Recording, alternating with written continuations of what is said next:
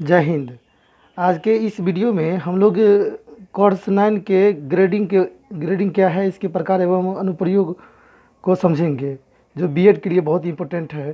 Grading प्रणाली एक ऐसी प्रणाली होती है जिसके द्वारा अध्यापक परीक्षा में विद्यार्थियों के प्रदर्शन का मूल्यांकन करते हैं और होशियारी की श्रेणियों के आधार पर श्रेणियों को प्रदर्शन करने के लिए आमतौर पर अक्षरों एवं संख्या का उपयोग किया जाता है। बीते समय में छात्रों की परीक्षाओं के मूल्यांकन के लिए अंक एवं प्रतिशत ही एकमात्र उपाय हुआ करते थे एवं परीक्षाओं के लिए प्राय आमतौर पर अंक एवं प्रतिशत को ही विद्यार्थी प्राप्त करते थे। लेकिन अधिकांश देशों में और विश्वविद्यालय के द्वारा अंक एवं प्रतिशत की जगह ग्रेडिंग प्रणाली की निर्धारित किया गया है। सन 1912 ईस्वी में विश्वविद्यालय अनुदान आयोग ने परीक्षा सुधार के लिए कुछ सुझाव पेश किए थे और इसे विश्वविद्यालय में भेजे गए और इस पर उच्च कोटि कमेटी की अध्यक्षता भी की गई। यूसीजी के द्वारा भेजे गए सिफारिशों में एक प्रमुख सिफारिशों के तौर पर मूल्यांकन के लिए अंकों की अपेक्षा ग्रेड का प्रयोग करना था। आयोग के अनुसार सिर्फ वार्षिक परीक्षा में ही बल्कि त्रैमासिक, छमासिक और चौमासिक परीक्षा लेकर के स्वतंत्र रूप से बनाए गए ग्रेड की सहायता से ही विद्यार्थियों की परीक्षा के परिणाम निकाले जाए। ग्रेडिंग के निम्नलिखित प्रकार होते हैं। प्रतिशत ग्रेडिंग विद्यार्थियों का मूल्यांकन करने के लिए प्रतिशत में अंक देना, और यह आमतौर पर प्रतिशत था। असाइनमेंट में प्राप्त अंकों को प्रतिशत पर ही आधारित अंक का निर्धारण किया जाता था। अक्षर ग्रेडिंग इस प्रणाली के द्वारा बच्चों को उसके अक्षर के आधार पर ग्रेड दिया जाता है, जैसे ABCD, साथ में प्लस और माइनस का भी उपयोग किया जाता था। A+, B+, A-, B- इत्यादि का प्रयोग किया जाता था। समान संदर्भित ग्रेडिंग इसमें छात्रों की तुलना में एक दूसरे के आधार पर वर्गों के रूप में रखा जाता है। मास्टरिंग ग्रेडिंग जब विद्यार्थियों का मूल्यांकन किया जाता है तो इसके अंतर्गत बच्चों को कहाँ तक विकास हुआ है इसके बारे में भी चर्चा किया जाता है, सफल या असफल। इस प्रक्रिया में बच्चों के स्तर को देखा जाता है कि बच्चे पास है या नहीं पास है। मापदंड संदर्भित ग्रेडिंग यह प्रणाली विशेष जानकारी पर केंद्रित होती है और यह छात्रों के सीखने की प्रक्रिया के माध्यम से प्राप्त होती है। इससे शिक्षक यह निर्धारित करता है कि छात्र एवं छात्राएं को सीखने के लिए कौन कौन सी कौशल की आवश्यकता होती है तथा किस कौशल को प्राप्त करके छात्रों में समावेशी विकास के मापदंड को बनाया जा सकता है। ग्रेडिंग प्रणाली का सुझाव सबसे पहले मुदालियर आयोग ने 1952-53 ईस्वी में इस प्रणाली को सुझाव दिया था। इसके बाद कोठारी आयोग 1964-66 में इस प्रणाली को अपनाने पर विशेष रूप से बल दिया। 1972 ईस्वी में कैम्ब्रिज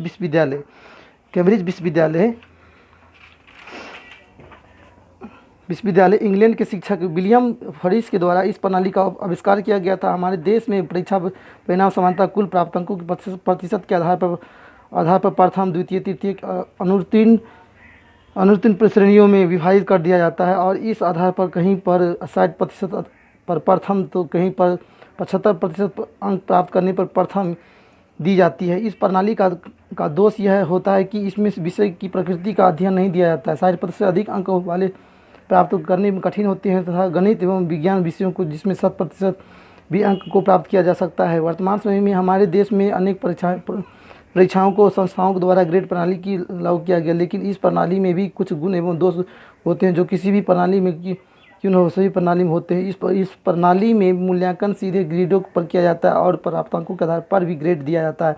ग्रेड औसत ज्ञात करने के लिए सबसे पहले ग्रेड को बदला जाता है। ग्रेड प्रणाली के लाभ 100 बिंदु अंकन प्रणाली के स्थान पर ग्रेड प्रणाली का उपयोग करने के अनेक लाभ हो सकते हैं और इस प्रणाली के मुख्य लाभ निम्नलिखित हैं। विभिन्न परीक्षाएं द्वारा घोषित छात्रों के परिणाम की तुलना करने के लिए दृष्टि से मूल्यांकन की ग्रेड प्रणाली अत्यधिक उपयोगी होती है। विभिन्न संस्थाओं या विश्वविद्यालयों का अंकन स्तर भिन्न होने पर प्राप्त अंकों के द्वारा परीक्षाओं की तुलना तर्कसंगत प्रतीत नहीं होती है और ग्रेड प्रणाली ऐसी स्थिति में एक उपयोगी साधन का उपयोग करते हैं। ग्रेड प्रणाली की सहायता से छात्रों का मूल्यांकन अधिक विश्वसनीय से हो सकता है। इस प्रकार ग्रेड प्रणाली का उपयोग परीक्षाओं की विश्वसनीयता को भी बढ़ाता है। ग्रेड प्रणाली विभिन्न विषयों तथा संकायों में छात्रों को शैक्षिक उपलब्धि की तुलना करने में यह उभयनिष्ठ प्रणाली का कार्य करता है। छात्रों की अभिरुचि तथा योग्यता के आधार पर भावी पाठ्यक्रम के चयन करने की दृष्टि से ग्रेड प्रणाली के अधिक उपयोग वैज्ञानिक माना जाता है। ग्रेड प्रणाली को अपनाए जाने पर एक स्थान से दूसरे स्थान का परीक्षण करते समय होने वाली कठिनाइयों काफ़ी कम हो सकती है, जिससे अंतर क्षेत्रीय स्थानांतरण में सुविधा। ग्रेड प्रणाली की विशेषता है। ग्रेड प्रणाली द्वारा विभिन्न विद्यार्थियों का मूल्यांकन आसानी से किया जा सकता है। ग्रेड प्रणाली के द्वारा विद्यार्थियों की आपस में तुलना आसानी से की जा सकती है। ग्रेड प्रणाली के द्वारा विषयगत कठिनाइयों के स्तर को दूर किया जा सकता है। इस प्रणाली के माध्यम से विद्यार्थियों को उसके अपने स्तर का बोध ज्ञान की प्राप्ति हो। इस प्रणाली को अलग अलग विश्वविद्यालयों द्वारा उपयोग किया जाता है और इसका उपयोग करके विद्यार्थियों के शिक्षण क्षेत्र के मूल्यांकन में काफ़ी आसानी पाया जाता है और इस प्रणाली का भारत में उपयोग लाभदायक सिद्ध हो करती है। इस प्रणाली में उच्च अंकन प्राप्त करने के दबाव को कम किया जा सकता है। ग्रेड प्रणाली की कमी है। बच्चे पढ़ाई में ज़्यादा प्रयास नहीं करते हैं, ग्रेडिंग को वह बड़ी आसानी से प्राप्त कर सकते हैं, क्योंकि बच्चे जानते हैं कि जो उतना ही पढ़ना है जितना जिससे क्या काम चल सके। बच्चे में कंपटीशन करने की क्षमता में भारी गिरावट आ गई है।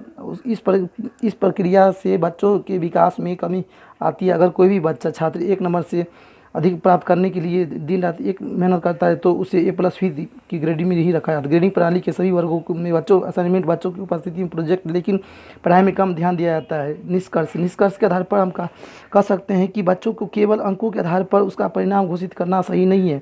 इसके लिए बच्चों को सभी पक्षों की जानकारी उसके बारे में पता करना बहुत ही आवश्यक होता है। इस प्रक्रिया में कुछ लाभ भी है एवं कुछ कमियाँ को भी देखने को मिलती है।